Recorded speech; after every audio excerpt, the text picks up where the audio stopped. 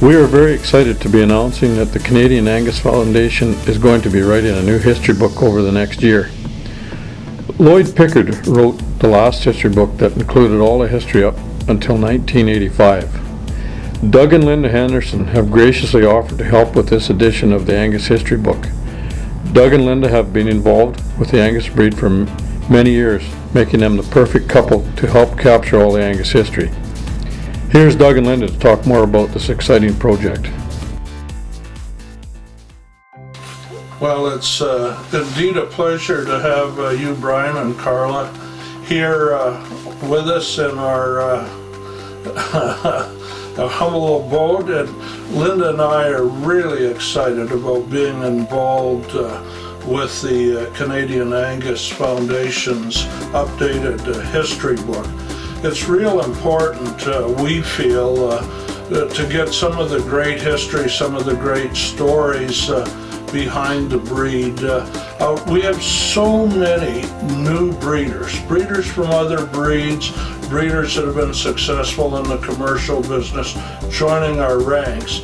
And I think it's important not only to give them some of the background, but some of our younger breeders some of the background behind this great breed. So Linda and I are really excited about being involved with the foundation and encouraging everybody to get their histories written down and into us.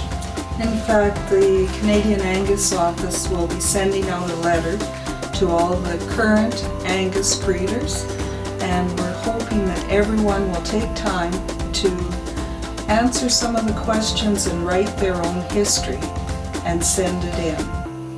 We really want to include all of Canada, right from the East Coast right to the West Coast. And we'll be calling on, provincial secretaries, some of our senior breeders in the provinces across the board to help encourage to get this information in. This, both Red Angus and Black Angus, we want to do as complete a history as we can from 1985 forward, and we'll even go back in some cases before the updated history book that Lloyd Pickard did in '85. There's some things we'll bring forward from there as well. We'd like to have a section for farm managers. We've got a history of some great characters that managed farms, like E.P. Taylor's Winfield Farm was managed by Jim Mowbray. We've got Glenn Copeland. We've got Tom O'Reilly. Some great old managers. We'd like to tell that story as well. We'd like to get into some of the prominent herdsmen in the past, also the marketers and the auctioneers, ringmen, the sales staff, and we'd like to include that as well to get kind of a complete story of the progress of the breed from 1985 till now. Let us now learn a bit more on how to register your animals online from the Registry Department at Angus Central. We're going to teach you how to get onto authorized users so you can do the registrations of your animals. First thing you need to do is make sure that you're set up as an authorized user with the association. To do this, you just need to let us know by sending us an email saying you want to be set up, or you can go on to forms under registry.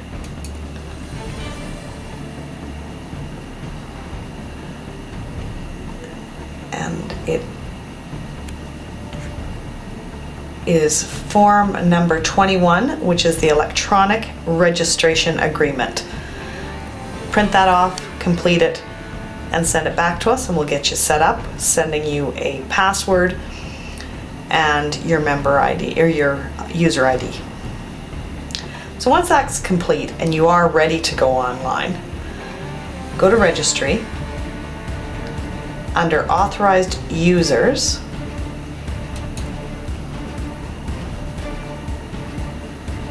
And you can log or press on authorized user login, and it'll come up with your authorization login screen. So here's where you would put in your password and your member ID.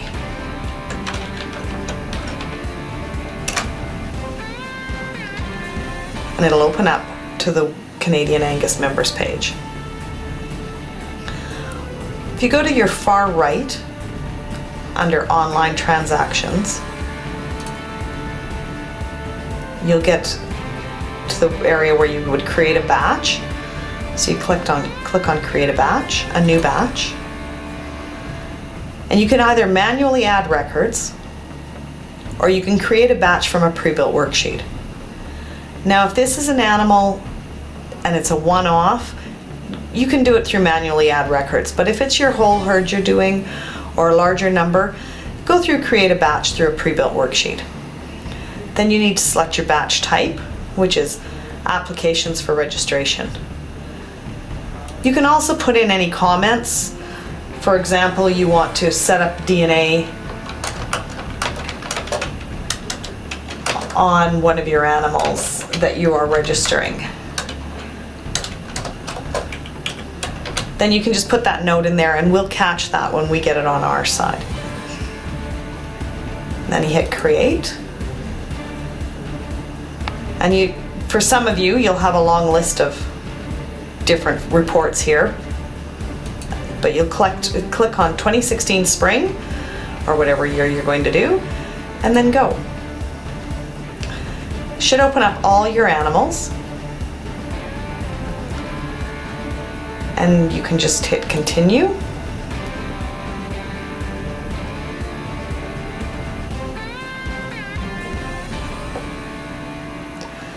And here you go. So here's all your animals. So depending on how you want to do it, some people start at the bottom and just go through all their animals. Some people go through their calving book and pick and them. I myself would rather start at the bottom, which is number 1, and go from there. So what you would do, make sure that your dam is there. If she is still active in your herd, leave her there. If you need to fate her, you can click on that down arrow and it gives you all the fate codes. So if she has died, or you've sold her, or she missed her calving opportunity, you can pick any of these. And then all you need to do is move on by going always move or redisplay if errors, or otherwise move to next record. So if you hit go, it'll take you to the next animal. So then it'll move to your next animal. So now if I get a lot of questions from people too about if it's an ET calf that you've done, just make sure if it is an ET calf that you click to yes, and then you can put in your genetic dam, and you can put your recip dam and follow through. But for a regular calf, no ET, just go in and put in all your information. Now something new that we have is the ability to put in 2 sires. So if you have AI'd her and then put her out with the bull, another walking bull right away, you can put in the alternate sire. And that will automatically set up a DNA requisition for you. Then you just continue on. But if it is a twin or triplet, you can scroll down and change it. The calving ease is automatically set to unassisted. If there's anything else you need, you can just scroll down again. Sex of the animal doesn't come up, so you'll need to choose that as well. Birth weight, enter that, and you must, if you enter a birth weight, enter a birth group. Birth groups are based on if your animals are all fed in the same herd or the same group. If they're all treated the same, keep them all in the same birth group. Some people separate off their birth groups for twins or their heifers are fed differently, so those heifers that have calved, first-time calvers, they'll be treated a little differently, so they might put those into a different birth group as well. The disposal codes for the calves are the same as you would have on paper, so stillborn, died of birth, etc. And automatically it will default to born alive. Just as it automatically defaults to register now, so if you don't want to register this calf, then you need to change it to no. The other default is e-store yes. Many people will e-store even if they don't e-store their papers all the time, they'll e-store them to begin with so that they can get their EPDs on these. Then you go to name the calf.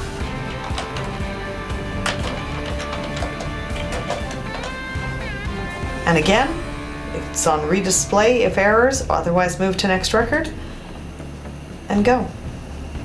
So now let's pretend that we have finished our whole batch and we're going to submit it. What you'll do is go View Batch Summary and Batch Submission screen. So once you get to the View Batch Submission screen, you have some choices. There's Edit Comments, Delete this batch, or Submit this batch to the Canadian Angus Association. So if you go to Submit this batch to the Canadian Angus Association, it will head off to us right away. Always make sure that you push that second sending for the batch, and then you'll see that it's sending here. You can look at online transactions and it shows sending again. So you know that you've sent that batch. If it says pending, that batch has not left you and it has not come to the office. So if it's pending, you can still go back in and work on it, but you have to send it to get it to come to us. Many people forget to send it and then wonder where their work is never done. So that's as easy as it is. If you have any questions, we're always here 7:30 to 4, and we're willing to walk you through it. Any one of us can help you here in the office. This is Brian Good signing off from the Red and Black Newsroom.